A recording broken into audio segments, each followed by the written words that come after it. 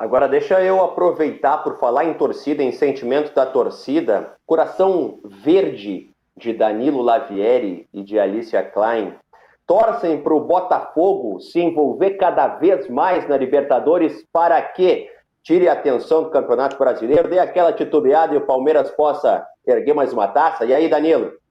Nem tem verde aí, Danilo. Não, eu tava procurando, você falou coração verde, eu não entendi muito bem, mas eu vou deixar isso de lado e vou responder sua pergunta. Só um dado, eu tava olhando aqui, o Peñarol nos últimos 15 jogos sofreu 4 gols, sendo um deles na altitude, para você ter uma noção de que não é fácil fazer gol nesse Peñarol. Eu acho que, pensando friamente, né, eu ouvi botafoguense falando, Danilo só fala mal do Botafogo, para de falar besteira do Botafogo, é exatamente o que você falou. Pensando friamente, olhando para o planejamento do Palmeiras, para a temporada do Palmeiras, a melhor coisa é que o Botafogo passe nessa semifinal para continuar preocupado com a final da Libertadores e dali ter alguma chance de perder pontos no Brasileirão. Porque o Botafogo tem um elenco vasto, várias opções e tal, mas com a final de Libertadores, a gente sabe que a concentração pode diminuir em jogos do Brasileiro. Vai ter semana ali antes da final, a gente sabe que nesse atual modelo os clubes têm que viajar com 3, 4 dias de antecedência, então você já tem o time preocupado com a viagem, preocupado em não se machucar, evitando desgaste. A final é o sonho da vida, vai ser a primeira final de uma Libertadores do Botafogo. Então, claro que se você pensar friamente, o melhor, nesse caso, o torcedor palmeirense, ele torce para o Botafogo passar, para poder dividir a atenção. Isso é algo bem claro. Então, se eu fosse aqui pensar, caso meu coração fosse verde, como você disse, Marinho, se eu fosse pensar com o coração verde, eu obviamente estaria torcendo para o Botafogo. Então, o chat não tem muito porquê desconfiar da minha dúvida, do meu palpite sobre a dificuldade que o Botafogo deve enfrentar hoje à noite contra o Peñarol. Já vem o Renato tentar me desqualificar, quer ver? Olha aqui, deixa o Danilo na tela. Não, deixa o Danilo na tela maior, por favor. Bota. Qual é a cor que vocês mais veem no cenário do Danilo? É verde para tudo quanto é lado, são plantas, é a natureza. Não, que plantas? Olha lá o pano de fundo de todas as coisinhas, das credenciais, aqui, não sei lá o quê. O quê? Tudo verde. Olha a taça da Libertadores aqui, ó. Ó. Ué, nós temos 3. Igual. Você tem mais, não? Igual. Não, é igual. Ah, bom. Igual no máximo. Mas, enfim. O Danilo não tinha aquele Lanterna Verde, aquele personagem de coisa. Há quem diga que o Danilo é o Clark Kent do Lanterna Verde. Não, eu ia dizer o seguinte, Renato, o Danilo começou a falar sobre o Botafogo e falou assim, não, o pessoal tem que ir com uma semana de antecedência. E uma semana antes de começar a pensar na viagem, já vai estar com a cabeça na Libertadores. Tudo isso, né? Pensando no benefício do Palmeiras já ligado. Lembrando que Botafogo e Palmeiras, que é quase uma decisão do título brasileiro, é um dia depois da final da Libertadores. Claro que a CBF vai ter que mexer nisso, mas nas datas é um dia depois. Exatamente. E aí, Alicia, para o palmeirense é melhor que o Botafogo vá adiante, fique uma semana fora, 3 meses pensando na final da Libertadores? 3 meses pensando, fazer aclimatação na altitude de Buenos Aires, né? Precisa chegar antes, se adaptar ao vinho, né? Ao filé. Então, para o Palmeiras, naturalmente, é mais vantajoso que o Botafogo ainda esteja envolvido, especialmente por conta dessa partida que acontece na 36ª rodada, portanto, antepenúltima rodada do Campeonato Brasileiro, e que tem tudo para ser o fiel da balança, né? Acho que dificilmente um dos 2 times vai oscilar tanto daqui até o final, que essa partida não fará diferença. E aí fica aquela dúvida, né? Se a partida for antecipada e o Botafogo estiver na final, realmente o Botafogo não vai poder colocar, né, pelo menos não o seu emocional máximo na partida, e se ficar para depois, vai depender muito do que acontecer, porque se o Botafogo perde, vem com o emocional abalado, mas precisando jogar tudo para salvar o ano e não terminar o ano de mãos abanando.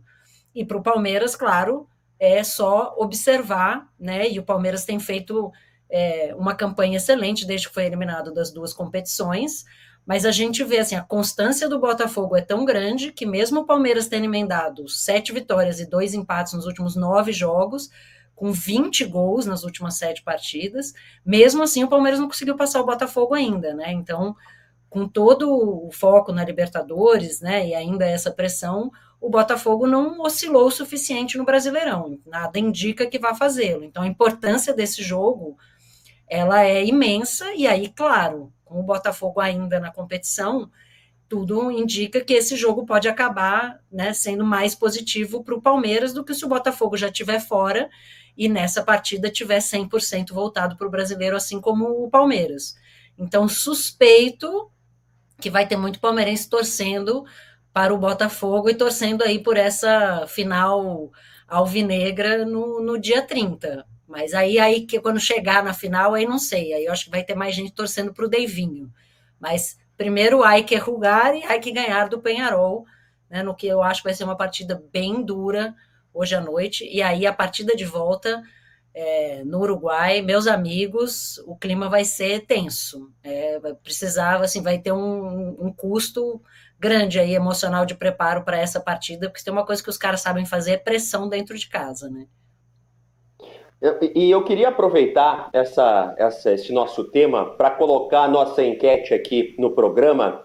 O domínio brasileiro na Libertadores é irreversível. Até agora, mais de 1.000 votos, 74% dizem que sim, virou Copa do Brasil, e 26% dizem que não, tem time que ainda dá trabalho. Muito obrigado também, porque nós estamos passando de 650 likes, chegando a 650 likes. Deixe seu like aqui, é muito importante para nós, a partir de agora, cada vez mais. Bom, Renato, eu quero fazer a pergunta ao contrário, tá? Você já falou que considera que está virando uma Copa do Brasil a Libertadores. Mas é bom para a Libertadores que mais uma vez um time do mesmo país seja campeão? Uma final brasileira é boa pensando na competição? Ou isso não tem nada a ver? Cala a boca, Marinho, está falando bobagem. Não é boa. Não é boa. Por isso mesmo, eu apostava muito no River. Eu achei até que nós íamos ter, se necessário, uma arbitragem ligeiramente favorável ao time argentino, porque é horrível para a competição. É horrível. Você começa na Libertadores, já quase que tendo certeza que na final vão estar 2 times brasileiros, qual é a graça? E quem eram os times que costumavam quebrar essa coisa? Boca e River. O Boca até foi a Libertadores, foi a final da Libertadores ano passado contra o Fluminense, mas estava longe de ser o Boca realmente poderoso, né? Foi derrotado na prorrogação, é verdade, tá? Mas era um Boca já de coisa. E esse River é muito, pelo menos pelo que se viu contra o Atlético, é muito fraco. Aliás, os jornais argentinos já diziam que esse River estava com sérios problemas, né? Mas eu achei que, chegando na hora da verdade, e com todo esse desejo da Conmebol e da AFA de verem novamente um campeão que não seja brasileiro, eu achei que isso podia importar muito. Só para vocês terem uma ideia, além dos argentinos que estarem sedentos para conquistar novamente uma Libertadores, se o River Plate fosse o campeão, sabe quem entrava no Mundial de Clubes? O Olímpia, clube do presidente da Conmebol. Então, olha, foi um feito e tanto realmente do Atlético Mineiro ontem. Só espero que na volta não aconteçam coisas estranhas, né? Expulsões, situações assim que de repente possam facilitar uma virada que, no meu modo de ver, é bem improvável. Não é impossível, mas é bem improvável. É bom lembrar sempre que o River Plate tomou de 3-0 do Palmeiras e chegou aqui e fez 4 gols. Só 2 valeram. Os outros 2 que foram anulados até corretamente. Mas por aqueles impedimentos milimétricos. Ou seja, o River Plate jogou para reverter a situação. Não conseguiu fazer os 3 gols legais, mas chegou perto disso. O Abel Ferreira tomou um susto e tanto. Mas dessa vez eu acho muito pouco provável. Eu acho que realmente esse River Plate é bem fraquinho. Ô Danilo, fomos nós que melhoramos tanto ou eles pioraram para ter esse domínio brasileiro, essa supremacia brasileira na Sul-Americana? Eu acho que 90% dessa resposta fica com a parte financeira. E o Brasil hoje é muito mais forte que os outros países no aspecto econômico. Então eu digo 90% porque os outros 10% eu divido em algumas partes. Então o futebol argentino vive hoje uma crise sobre a implantação ou não das SAFs, que lá vão se chamar SADs, né? Então o Milei, que é o presidente, ele é a favor, o Tapia, que é o presidente da AFA, é contra, fica nessa guerra de ter ou não ter as SAFs, e eu acho que se o futebol argentino começar a receber investimento externo, tem uma chance de ter uma recuperação e de contratações e de uma montagem de projetos mais vitoriosos. Então eu acho que isso é uma parte importante dessa discussão. Uma outra questão, a própria AFA, ela não se ajuda, né, na organização do campeonato, então teve a mudança do descenso agora, não tem mais queda, tem 30 times na primeira divisão, enfim, aquela coisa que a gente via aqui nos anos 80, quando eu estava pensando em nascer, né, apesar do Renato não acreditar muito na minha idade ali, mas parece os anos 80 o futebol da Argentina, e eu tenho assistido muitos cortes num canal muito legal, que aliás eu indico para todo mundo, chama Futebol Brasileño, que é de um rapaz que faz cortes da imprensa da Argentina, falando sobre o futebol brasileiro, a comparação com o futebol argentino e tudo mais. E os jornalistas de lá, eles são bem preocupados com essa distância cada vez maior, né? E eles destacam muito isso, a parte financeira e a parte da organização. E esses dias eu vi um deles falando assim, o futebol, a seleção argentina foi campeã do mundo, apesar da AFA. Para vocês terem uma ideia do tamanho da crise que eles vivem nessa comparação. E antes desse jogo agora entre Galo e River, um deles falava, a gente vai ver um jogo muito desequilibrado porque o River Plate não enfrenta no campeonato argentino nenhum time do tamanho do Mineiro, como ele mesmo disse, né? Do tamanho da qualidade do Mineiro.